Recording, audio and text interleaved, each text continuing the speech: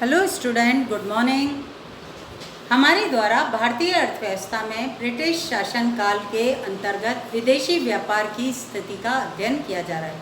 First topic हमारा कृषि क्षेत्र था। उसकी गतिहीनता के लिए उत्तरदायी दो पॉलिसियां थी। पहली भू राजस्व व्यवस्था और भू व्यवस्था और दूसरी राजस्व व्यवस्था।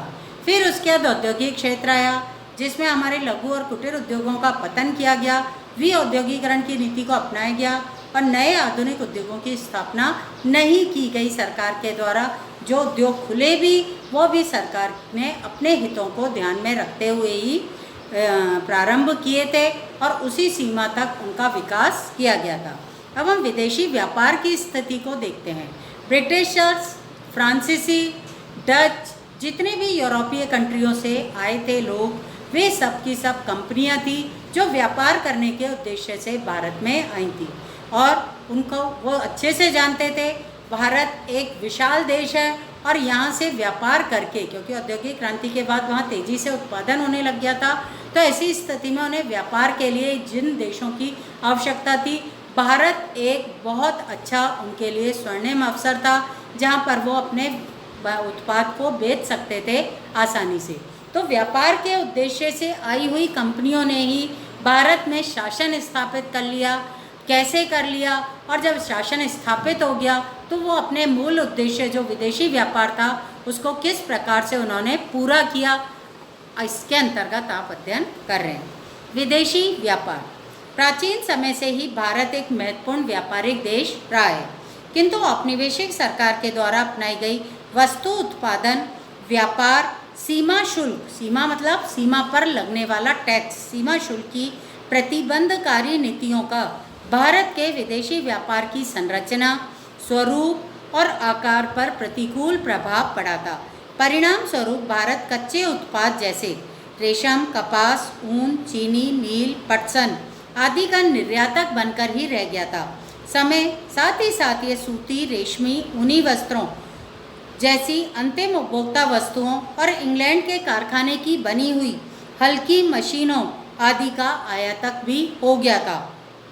व्यावसायिक रूप से इंग्लैंड ने भारत के आयात निर्यात व्यापार पर अपना एकाधिकार बनाए रखा। भारत का अधिक से अधिक व्यापार तो केवल इंग्लैंड तक ही सीमित होकर रह गया। शेष कुछ व्यापार चीन, श्रीलंका और ईरान से होने लगा। सुएज नहर का व्यापार मार्ग खुलने से तो भारत के व्यापार पर अंग्रेजी नियंत्रण और भी अधिक सख्त हो गया था। सुएज नहर का जो निर्माण किया गया था बच्चों, वो आपके 1869 से परिवहन के लिए ओपन हो गई थी। 1859 के बाद तो ब्रिटेन और भारत का जो व्यापार था बिल्कुल सुरक्षित सा व्यापार हो गया था।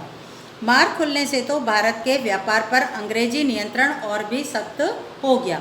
विदेशी शासन के अंतर्गत भारतीय आयात निर्यात की सबसे बड़ी विशेषता निर्यात अधिशेष का बड़ा आकार था, किंतु इस अधिशेष को भारतीय अर्थव्यवस्था को भारी लागत चुकानी पड़ी थी। मतलब हमारे यहाँ से आयात जो होते थे वो तो कम होते थे और जो निर्यात होते थे बहुत अधिक होते थे। मतलब हमारा अधिशेष में था व्यापार हमारे पास, लेकिन इस अधिशेष से हमें लाभ नहीं हुआ, क्योंकि हमारे यहाँ से जो निर्यातित वस्तुएं थी वो मुख्य रूप से कच्चा माल होती थी।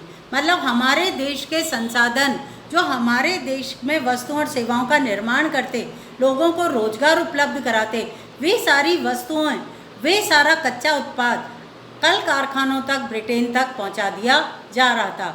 तो चाहे कितना भी हमारे लिए वो फ़ायदेमंद अधिशेष था, मतलब हमारे निर्यात अधिक थे, लेकिन हमें दूसरी दृष्टि से हमारे संसाधनों का विदेश में पहुंचना हमारे लिए बहुत अधिक नुकसान का सौदा सिद्ध हो रहा था। आगे बढ़ रहे हैं बच्चों। किंतु इस अधिशेष की भारतीय अर्थव्यवस्था को बहुत बड़ी लागत चुकानी पड़ी।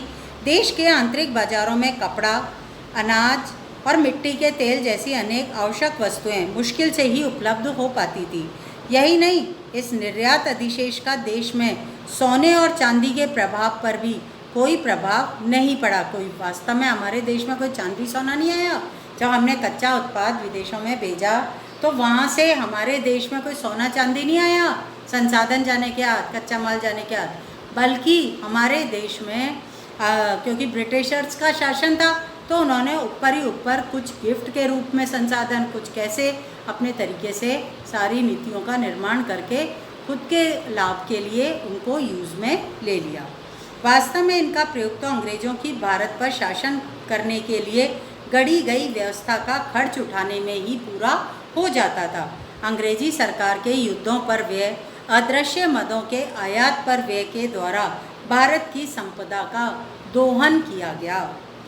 बच्चों, विदेशी व्यापार के अंतर्गत अंग्रेजी सरकार के द्वारा अपनाई गई इन नीतियों का परिणाम ये निकला कि हम दूसरे देशों से तो सौदेबाजी कर ही नहीं सकते थे, व्यापार कर ही नहीं सकते थे। और जब हमारे देश की संसाधन या कच्चा माल निर्यात होता था तो बहुत कम दर पर ब्रिटेन तक पहुंचा दिया जाता था। और जब भारत की दूसरे कच्चा माल दूसरे देशों में जाता था या बनी हुई वस्तुएं दूसरे देशों में जाती थी तो उन पर सीमा शुल्क या प्रशुल्क की दरें इतनी लगा दी जाती थी कि वो बहुत महंगी हो जाती थी। और इसी तरह से भारत की बनी हुई वस्तुएं जब इंग्लैंड जाती थी तो उन पर भी भारी प्रशुल्क लगता था, जिससे उनकी कीमतें बहुत अधिक बढ़ जाती थी। और जब भारत में तैयार माल ब्रिटिशर्स कंपनियों का आता था या कल कारखानों का आता था तो बहुत कम दाम पर ही भारत के बाज़ारों तक पहुंचा दिया जाता था, बहुत कम शुल्क की दरों से ही पहुंच जाता था। लेकिन दूसरे देशों का जो माल भारत में एंटर करता था बहुत ऊंची दर के शुल्क के बाद ही एंटर करता था। इस तरह की पॉलिसियों ने भारत के व्यापार को तहस नहस कर दिया था। व्यापार कहने को तो अधिशेष का था, लेकिन उसका भी हमें नुकसान उठाना पड़ा, क्योंकि हमारी निर्यातित वस्तुओं में कच्चा माल या हमारे संसाधन ही थे जो हमें ही लौटकर वस्तुओं के रूप में प्राप्त हो रहे थे। आज के लिए बच्चों इतना ही। कल नेक्स्ट टॉपिक का अध्ययन किया जाएगा।